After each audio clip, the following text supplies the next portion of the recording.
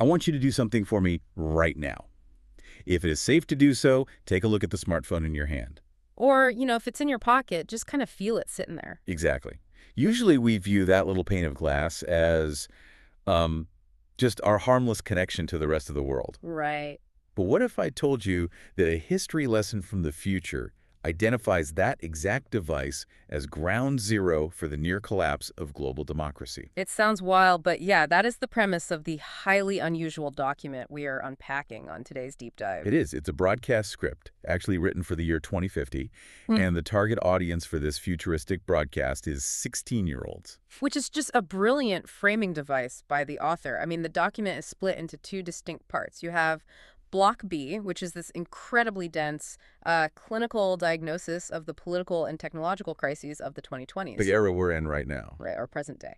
But then you have Block A, which acts as a set of strict narrative instructions for the 2050 broadcasters. Yeah, telling them how to explain all this. Exactly. It tells them how to translate that dense history into a thrilling, near-miss true crime story because, they have to keep a teenager's attention.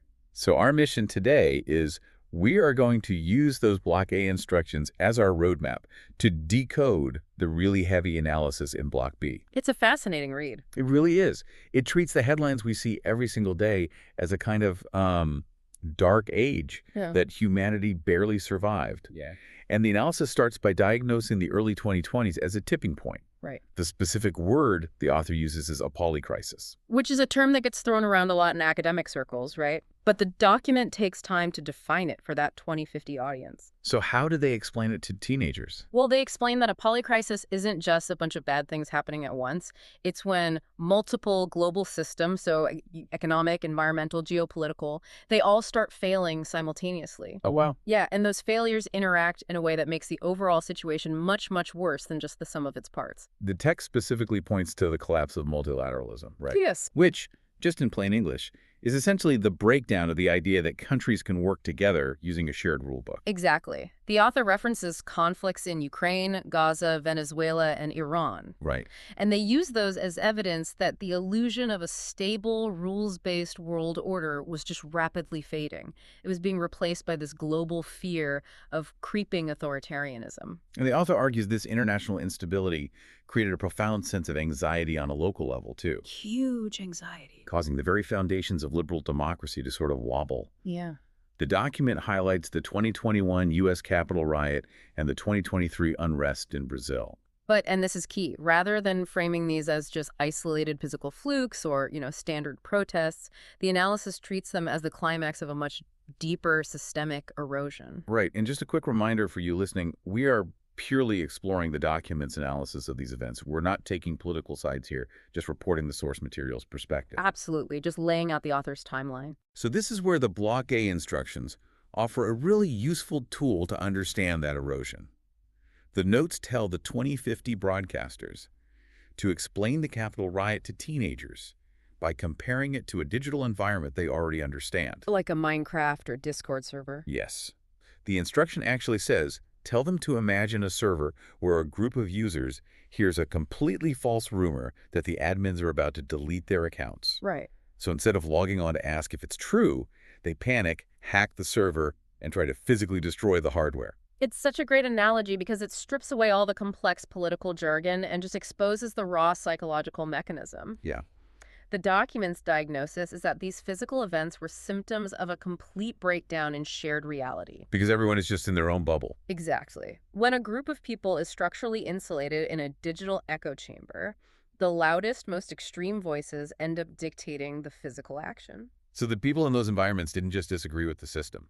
No, the text argues they genuinely believed that an anti-establishment leader was the only mechanism left to bypass institutions they viewed as entirely corrupt. I hear that, but how did our internet turn into that toxic server in the first place? I mean, it didn't start out that way. It really didn't. The text traces the root of this back to a very specific moment, right? The economics of 2008. Yes.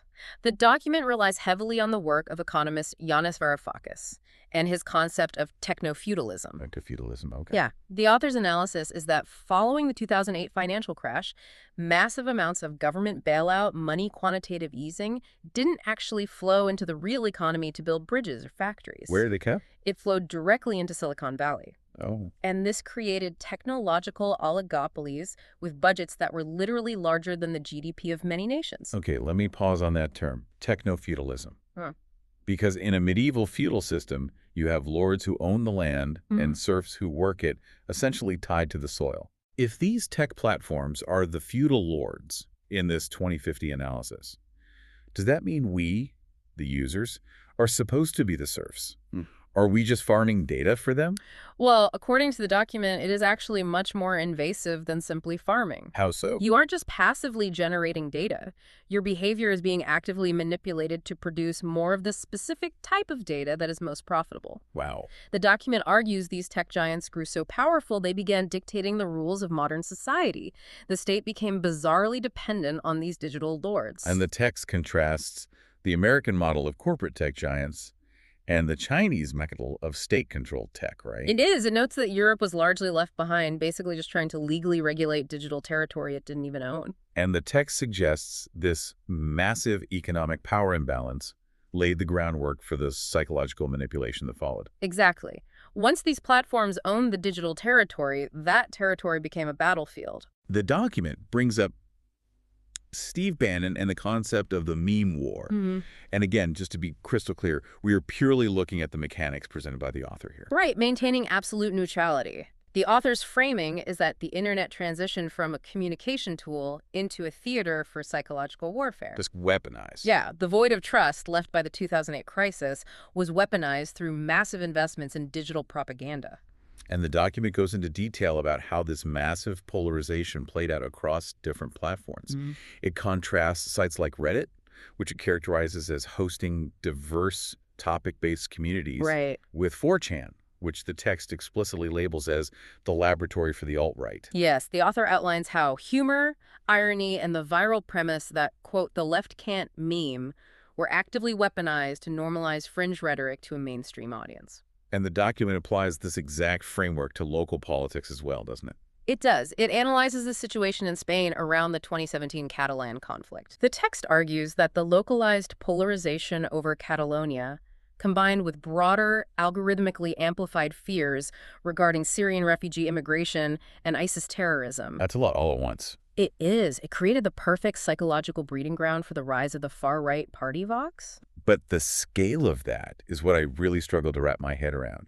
A massive cultural meme war happening on platforms owned by digital feudal lords sounds huge. But how is that control actually executed on an individual level? Like, how did the system manipulate you or me specifically? That's a great question.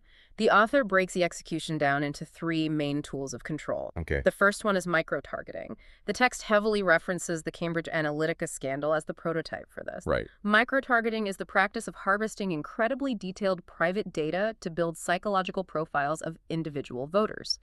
Then, the system feeds them highly customized and often entirely contradictory messaging. There is another really clever note in the Block A instructions for the broadcasters on how to explain this to a 16-year-old. The two friends analogy, right? Yes. It says to frame micro-targeting like a company that wants two friends to get into a fight. Okay. The company secretly shows one friend a video message that says, "Your friend is talking behind your back." Meanwhile, they show the other friend a completely different post saying, "Your friend is stealing money from you." And because neither friend can see what the other is looking at, they inevitably clash. They fight, completely unaware of the external manipulation driving their anger. It's chilling. The document argues this was done systematically to voters to destroy the very concept of a shared public debate. I mean, if everyone is living in a customized, micro-targeted reality, consensus becomes literally impossible. Which leads to the second tool of control the document identifies, state surveillance. Right. The text outlines the deployment of military-grade spyware, specifically citing Pegasus against journalists and political opposition. Yeah, and it pairs this digital surveillance with physical citizen security laws, pointing to Spain's gag law as a prime example, and the rollout of facial recognition technology. The author actually compares the resulting atmosphere to the extreme emergency powers implemented during World War I. Really? That's severe. Yeah. The idea is that constant surveillance, both digital and physical, chills free expression and normalizes a state of permanent security crisis. But Cambridge Analytica and state spyware were targeted attacks. To keep the entire population engaged in this toxic ecosystem, the system needed something much broader. Right, which brings us to the third tool. The algorithms of TikTok, Instagram, and other social media platforms in the 2020s. Exactly. The document notes these systems were explicitly engineered to maximize user retention. And the most efficient emotion for maximizing retention is anger. The fundamental assertion the text makes here is that AI in the 2020s was not a neutral utility. It wasn't like electricity or water. Its core business model required human outrage. So it needed us to be mad. Yes. The algorithm wasn't designed to inform you or make you happy. It was designed to prevent you from closing the app. The document states very bluntly that our attention was the actual product being mined. What's fascinating here is that the phrase the author uses is, we were becoming addicted to anger. Right. Add to that the emergence of deepfakes, so audio and video, so realistic that the human eye literally cannot detect the forgery. Yeah. The text argues this combination threatened to destroy the ultimate foundation of democracy, which is shared truth. If you cannot believe your own eyes, social trust just evaporates. And the document claims this resulted in widespread slacktivism. Slacktivism, couch activism, basically. Yeah, the illusion of political action. Yeah. The text defines slacktivism as the false sensation that by, liking a post, sharing a hashtag, or changing a profile picture, a user is engaging in meaningful civic organization. When they aren't. Exactly. In reality, it acts as a pressure release valve. It substitutes superficial digital metrics for actual physical world organizing and community building. It is a really bleak, heavy diagnosis. It genuinely reads like a dystopian thriller. It does. But this is the point in the deep dive where the narrative completely shifts. Right. Because the document doesn't end in 2024 with the collapse of society. It poses the question, how did humanity theoretically fix this mess by the year 2050? The pivot the author makes here is crucial. The solution presented isn't some neo-Luddite fantasy. Humanity didn't just smash the servers and turn off the internet entirely. Or could it? No. Instead, they recognized that the technology was just enforcing the rules of a broken economic system, so they needed to change the underlying rules. And the text introduces the work of behavioral psychologist Anthony Biglan as the theoretical turning point. Yes, Biglan's concept of rebooting capitalism becomes the blueprint for this 2050 society. So what does that mean, practically? Well, the analysis of Biglan's work suggests that the extractive capitalism of the 21st century actively constructed highly stressful, fiercely competitive environments. Oh. These environments naturally bred conflict, isolation, and, in extreme cases, widespread psychopathology because they rewarded ruthless, zero-sum behavior. So the proposed fix was a massive societal shift toward what Biglan called nurturing environments. Exactly. Environments designed structurally to minimize coercion and maximize positive reinforcement for pro-social cooperative behavior. I love how this loops right back to that video game analogy the 2050 broadcasters are supposed to use. Oh, yeah? So if a game server rewards players with points every time they steal from or betray another player, eventually every single person on that server becomes toxic just to survive. You have to. Right. So Biglan's theory is basically saying the players aren't the root problem. The rules of the server are. Society needed a massive software patch that altered the incentive structure to reward cooperation instead. And that required a complete paradigm shift in how we measure value. The document explains that this patch meant abandoning GDP and endless economic output as the sole metrics of a nation's success. What did they use instead? The 2050 society began measuring success by a community's verifiable ability to raise healthy, cooperative, and civically engaged citizens. Technologically, the document claims this was achieved through technological sovereignty, Right. which involved a wholesale transition toward transparent, auditable, open-source software. It was a movement to transform people from passive, data-farmed users into empowered digital citizens. Now, it's one thing to talk about open source software in theory, but the document actually details the concrete mechanisms of this new society. Right, it gives examples. Yeah, it outlines 5 specific innovations that characterize the patched democratic system of 2050. Let's really dig into those 5 innovations, because this is where the theoretical rubber meets the road. Okay. The first one the document lists is liquid democracy. The text says society moved beyond the archaic system of voting for a representative every 4 years and just hoping they keep their promises. Right. Under a liquid democracy, as the author describes it, voting is continuous and fluid, facilitated by secure open source platforms. Citizens have the option to vote directly on specific pieces of legislation. But, recognizing that no one has the time to read every single tax code or environmental regulation, Well, let's see. citizens can delegate their vote to a trusted expert or proxy. So if there is a complex bill about, I don't know, maritime law, I could temporarily assign my voting power to a marine biologist I trust, rather than just some politician. Precisely.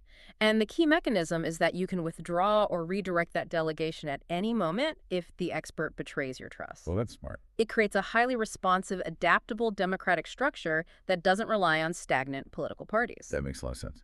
So the second innovation addresses the data harvesting we talked about earlier, data trusts. Right. In this 2050 vision, personal data is no longer hoarded by a handful of tech monopolies. No, instead it is managed by public or cooperative trusts. Think of it like a credit union for your digital footprint. The community collectively decides how aggregated, anonymized data is utilized. For instance, a city could use mobility data to optimize public transit routes or health data to track an outbreak. Ensuring the value of the data serves the public good rather than inflating a corporate valuation. Exactly. Innovation number 3 is a massive legal shift. The right to disconnect, which the document also refers to as cognitive sovereignty. This one is huge. Yeah. By 2050, laws have made the deployment of addictive retention-maximizing algorithms a criminal offense. Wow. Human attention is legally classified and protected as a natural resource, much like clean water or air. It implies a profound shift in environmentalism, expanding the concept of pollution to include the deliberate contamination of human cognition by algorithmic outrage. Which brings us to the fourth point, Yeah. sortition assemblies. Now, I have to be honest, I read this section multiple times because it sounds incredibly risky. It sounds wild at first, yeah. Sortition is the process of choosing government representatives by random lottery. The document notes this is based on an ancient Greek model. But randomly picking citizens off the street to draft complex legislation? Doesn't that sound incredibly chaotic? It seems completely counterintuitive until you look at what it eliminates. Okay. The author argues that a random lottery is the ultimate hack to neutralize the corruption of the 2020s. You cannot bribe, lobby, or micro-target a politician if you don't know who the representatives will be until their names are literally drawn out of a hat. Oh, wow. I didn't think of it that way. It completely removes billions of dollars of campaign finance from the equation. Exactly. It neuters campaign lobbying completely. But wait, how do random citizens understand international trade law or AI regulation? That is where the role of AI shifts in this 2050 scenario. Instead of acting as an outrage generator, AI is repurposed as a translation and consensus building tool. It works for these citizen assemblies, synthesizing vast amounts of data, modeling the outcomes of proposed laws, and helping everyday people make informed decisions free from partisan spin. Okay, that structural change makes a lot of sense. Yeah. But the fifth and final innovation is what makes the whole system possible, right? Universal Basic Income, or UBI. Yes. The document points out that the transition to 2050 involved AI automating a massive percentage of traditional labor. Right. Rather than allowing this to create unprecedented wealth inequality and mass poverty, society implemented a UBI. And the most valuable thing this income provided wasn't just money. What was it? It was time. The text makes a brilliant connection here. A society with free time is a prerequisite for a functioning democracy. Yes. You cannot actively participate in a liquid democracy, oversee a data trust, or foster Biglan's nurturing environments if you are working 3 gig economy jobs just to pay rent. Time is the currency of civic engagement. That's beautifully put. And when you synthesize all 5 of these innovations, the overarching thesis of the document becomes crystal clear. Technology is not a predetermined destiny. It is a contested tool. So the hypothetical 2050 world wasn't saved by some magical technological breakthrough. No. It was saved because people collectively decided that the mental health of their children and the stability of their democracy were worth more than an algorithm's profit margin. The author's ultimate message is a complete rejection of technological fatalism. The tools that were used to fracture shared reality in the 2020s were simply reprogrammed to facilitate consensus and cooperation. Which brings this entirely full circle right back to you listening to this right now. Yeah. Think about that smartphone you checked at the beginning of the deep dive. Right. This document isn't just a clever science fiction script meant to entertain hypothetical teenagers in 2050. It is a mirror held directly up to how you navigate your digital life today. It is challenging you to recognize the architecture of the server you are currently playing on. It really demands that we ask ourselves hard questions about our own agency. The document treats human attention as a finite, precious, natural resource that requires fierce legal protection. But we don't have those laws yet. We don't. So I want to leave you with a final thought to mull over. If you were to adopt that mindset today, if you truly viewed your own attention as something sacred that companies are actively trying to extract from you, what would your personal cognitive sovereignty look like starting tomorrow morning? That is the exact question this 2050 broadcast wants you to wrestle with. We will leave you to ponder your own cognitive sovereignty. Thank you for joining us on this deep dive. Keep questioning the rules of the systems you interact with, and we will catch you next time.